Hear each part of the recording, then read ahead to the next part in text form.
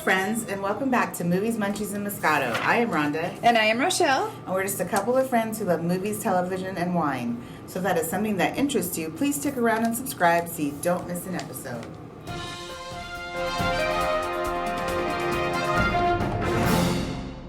Now it's time for movie news, reviews, and pulp culture discussion. Janelle Monáe and Kathryn Hahn have now also joined the Knives Out sequel. So Janelle Monáe, she was in Hidden Figures. And then Kathryn Hahn, she most recently was in the WandaVision series on Disney Plus, playing the evil villain. And so I think this is cool. It's like this is turning out to be a cool, I'd say cast of people they're getting for this sequel. So which one was Janelle Monáe? She was the youngest one. Oh, okay. I love her. Yeah, I can't remember who she was playing. Yeah, she was playing the. She was going to the night school, and yeah, I just can't think of which character she was playing. And then Enola Holmes #2 is officially a go with Millie Bobby Brown and Henry Cavill. So I really enjoyed this movie when I watched it last year. So I'm glad it's getting a sequel. So for those who maybe not had seen it, it was just following the younger sister of Sherlock Holmes, played by Henry, aka Superman. And so it's just a sequel to that. So I'm sure it's just her next adventure. That. Oh, did you? Oh boy, shocking, right? Yeah. Yeah, it was kind of cutesy. It was. I did like it though. Also, Graham McTavish from Outlander, he played, Dougal on Outlander. He's been cast in the House of the Dragon prequel, yes, which is the Game of Thrones prequel. He can't say what role he's in yet, but he did confirm. Oh my gosh, he's going to be awesome. So I think that's cool. Yay! Right? Oh, I can't wait for this thing to come out. Right? It's currently filming for those who haven't heard. Psych 3, this is Psych, the movie #3, this is called This Is Gus. This is coming to the Peacock Network, and everyone from the original series is returning. So you have Dule Hill, you have, oh my gosh, I'm forgetting his name. You have Sean, who's currently on Million Little Things, but I'm sorry. Oh, James Roday, got it. James Roday and Dule Hill are returning. So I think this is going to be awesome. I enjoyed the series so much. I watched both the previous movies, so I'm glad they're still So, Sean, that you're saying that is on A Million Little Things, what character does he play? Gary? Since I don't watch it, Sean, I know that he was the one that was involved with the girl that had cancer. I don't know that's Gary. He plays Gary. Okay, he's super funny, and I knew he was in Psych, but I never watched Psych. Oh, you would have loved the series. It was just a funny thing. And the movies too are cool, so I'm glad they're going to do a third one, and everyone's coming back, so that's awesome. I thought I'd talk about some of the recently canceled shows, unfortunately, that have happened going into the new season that will start in September. So we have Prodigal Son, which was when I was watching. That is not coming back. NCIS New Orleans, they are currently on their last season as well. I'm hoping they had enough notice to finish that out right, but who knows? Hopefully they did. You have Mixed Dish, which was the Blackish, spinoff. Unfortunately, they canceled that.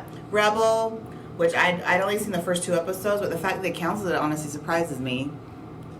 And I also saw an article with Katie Seagal saying she was in shock too, that it was canceled. She's like, we've only aired 4 episodes. For them to cancel it after only 4, I feel like they didn't really give it much of a chance. So, All Rise has been canceled. I started to watch this and then I kind of fell off, but it was a really good show, and so it's unfortunate that's getting canceled as well.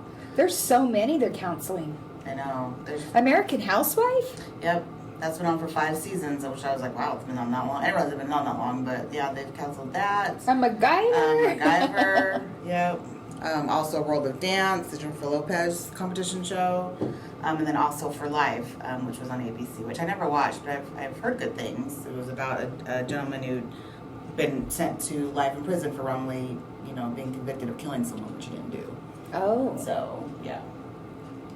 Oh, okay, yeah. I do. So, yeah, a lot of canceled shows, but that just means, too, a lot of new stuff is going to be happening come fall. So, we'll make sure we discuss all the new things coming out and what we think of those once it gets closer.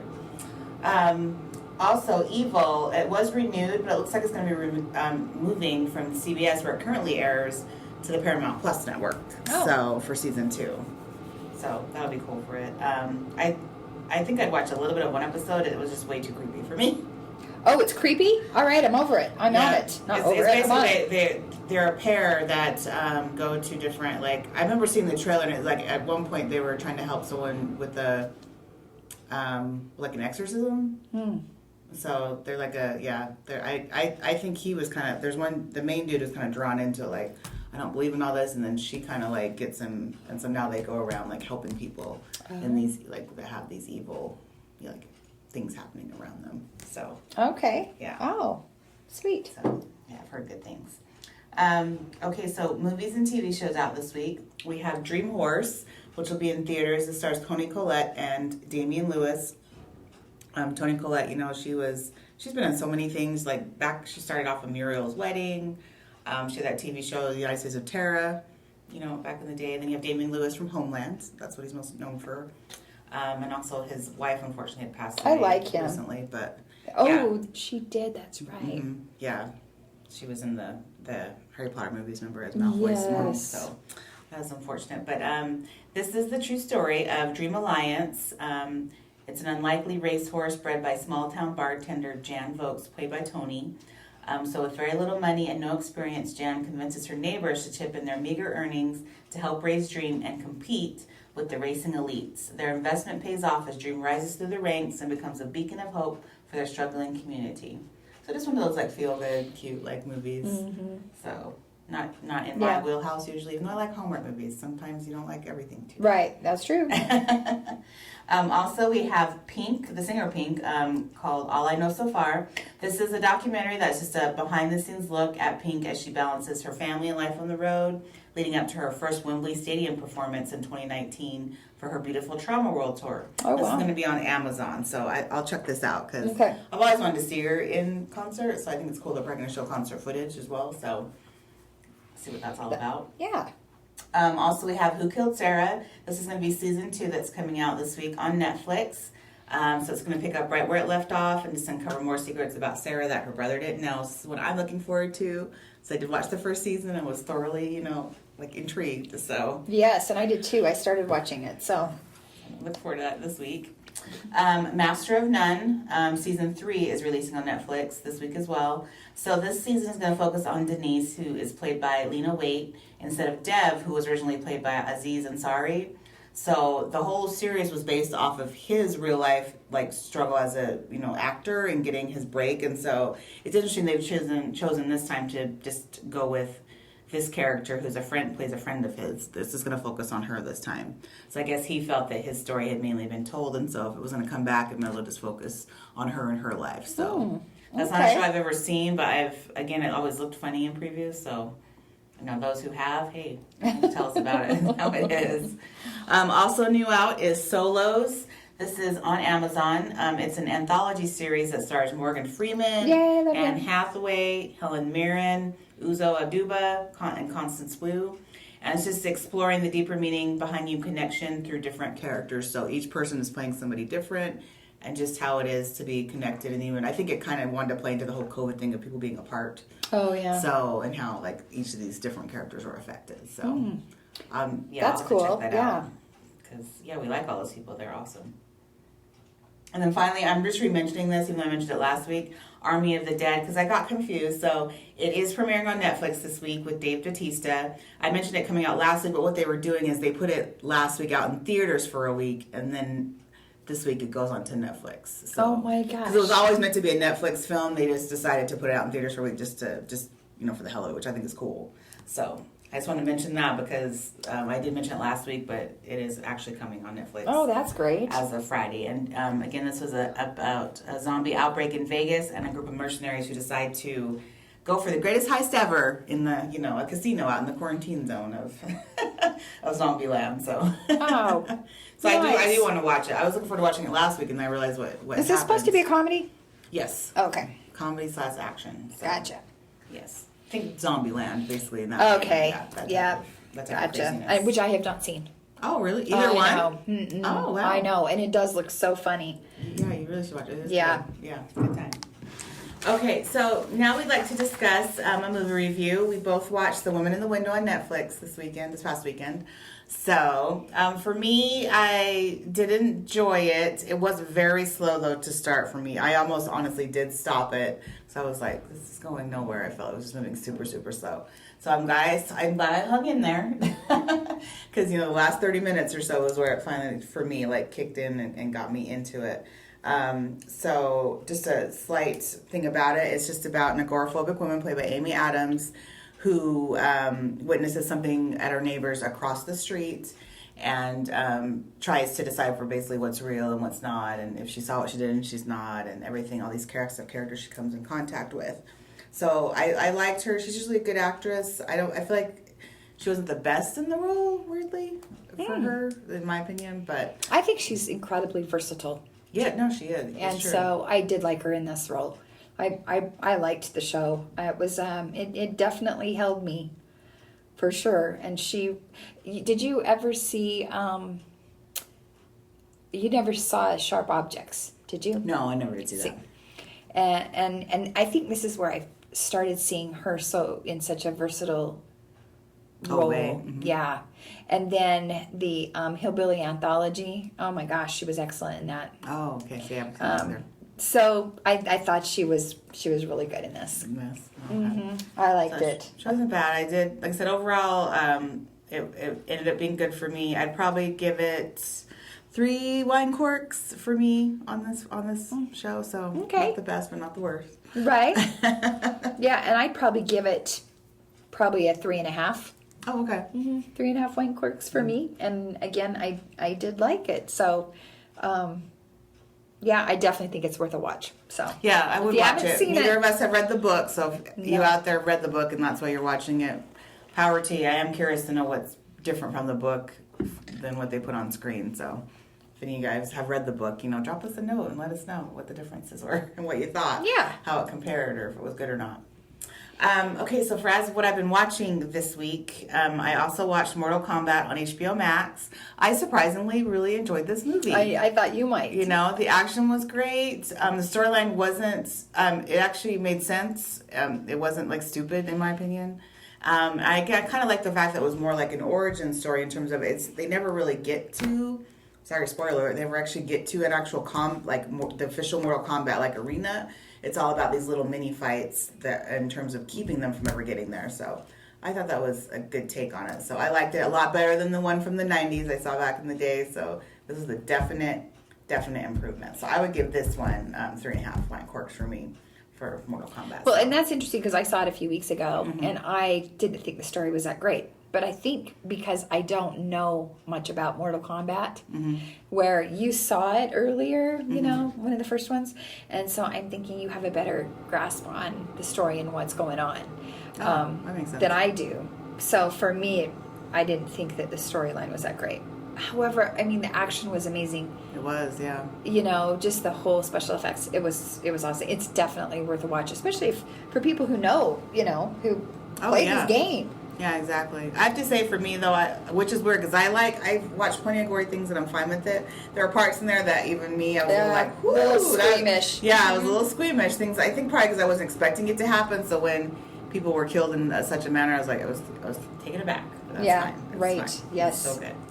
Also, I watched the movie Those Who Wish Me Dead on HBO Max, starring Angelina Jolie and John Bernthal. So this wasn't what I thought it would be. So I liked it. I didn't love it. The storyline was just different than I thought it was presented as when I saw the trailer, I guess I should say. But some of the best parts in the trailer. Yeah, that's true. Some of the best parts from the trailer, and for it to come from Taylor Sheridan, who does Yellowstone, that surprised me. But then I realized that it was based off a book, so it wasn't like he could have much input into it. It wasn't something he originally produced or wrote, so he just directed it. So in that case, it made more sense in that case. But maybe they need to start picking their books a bit better. Right? Yeah. I could rattle off some right now that I'd love to see made into a movie. That's true.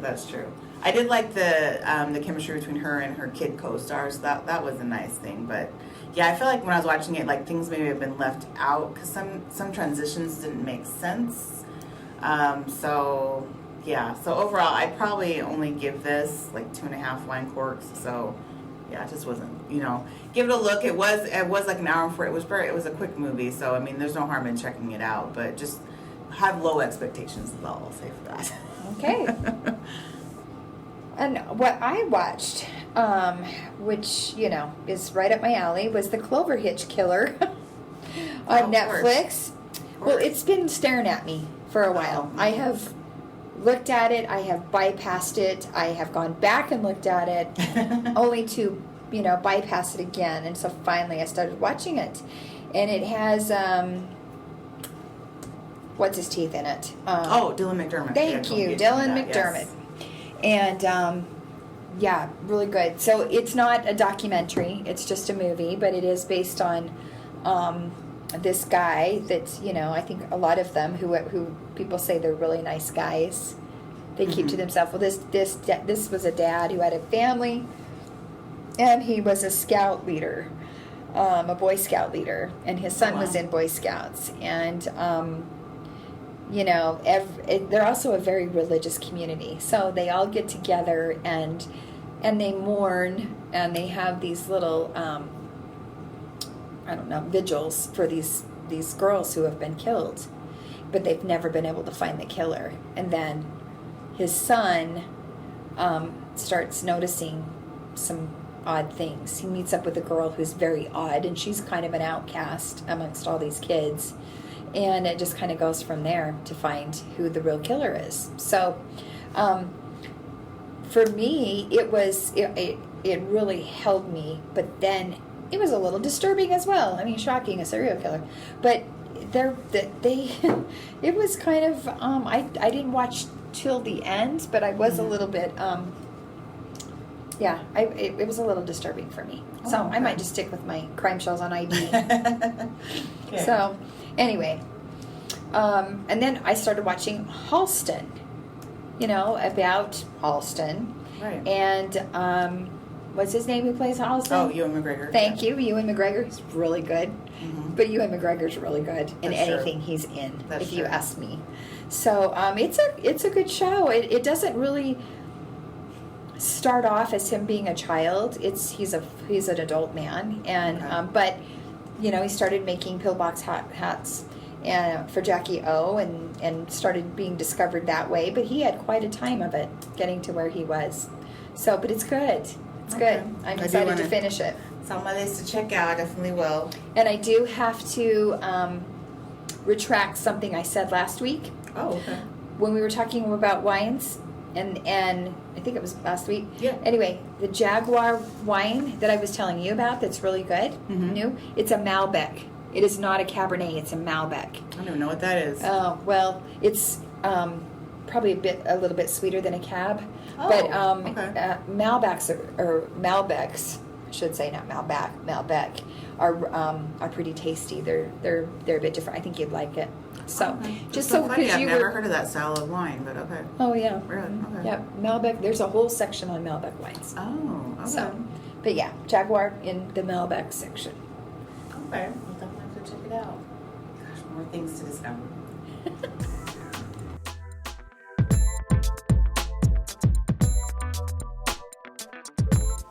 Now it's time for our series trailer talk. So first up, we have Stillwater. This is coming out July 30th with Matt Damon. This looks really interesting. So he looks like he's playing a dad whose daughter is in jail overseas. I wasn't quite clear where from the trailer, for murder. Oh. And he's trying to do everything he can to get her out. Mm-hmm. And, he's in this foreign land. He gets some help from, a stranger. It looks like, anyway, maybe it's not being a stranger, but to help clear his daughter's name. So this looks like one of those, fight for justice, help my daughter out type of thing. Obviously, when I watched it, what I was thinking was like, this is very much of the Amanda Knox thing. That's the first thing that popped in my mind is Amanda Knox. So kind of that same vein, someone's overseas with school, a murder occurs, got to figure out what happened. So, but we love Matt Damon, so yes, I think this looks very good. I do too. Then we have the Forever Purge. This is out July 2nd and stars Josh Lucas. This is number 5 in the series. So I have seen, it's weirdly enough, I've never seen the first one. I've seen all the other sequels though. So, and I do like them. This one doesn't look as good, honestly, than like the previous one. So I'm gonna hold out. So I saw the first Purge. Oh, you did? Okay. Well, yes, like. Oh wait, did you see the one titled "The First Purge" yes. or actually the one that came out first? The first, the one that came out first. With Ethan. Hawke. Yes, there we go. Ethan Hawke. Okay. And it was disturbing to me. But I'm telling you, the state of our country right now, I can totally see this happening. And every time you hear of things, I keep thinking, it's the purge. It's the purge. Right. We're going to be going through this. So anyway, this last one looks kind of crazy, man. It does look very crazy. It's like all hell breaks loose because Yeah. they decide like we're not going to follow this rule. We're going to do everything we want to do. Yeah, there's no time limit on this. Yeah, you can definitely see that happening. So I don't know if I will see it. Me either. If I do, it will be something that will be once it hits home. Yeah, I wouldn't see it in a theater, but yeah, it looks a little different. A little violent. Yes, just a little. It's a tiny bit.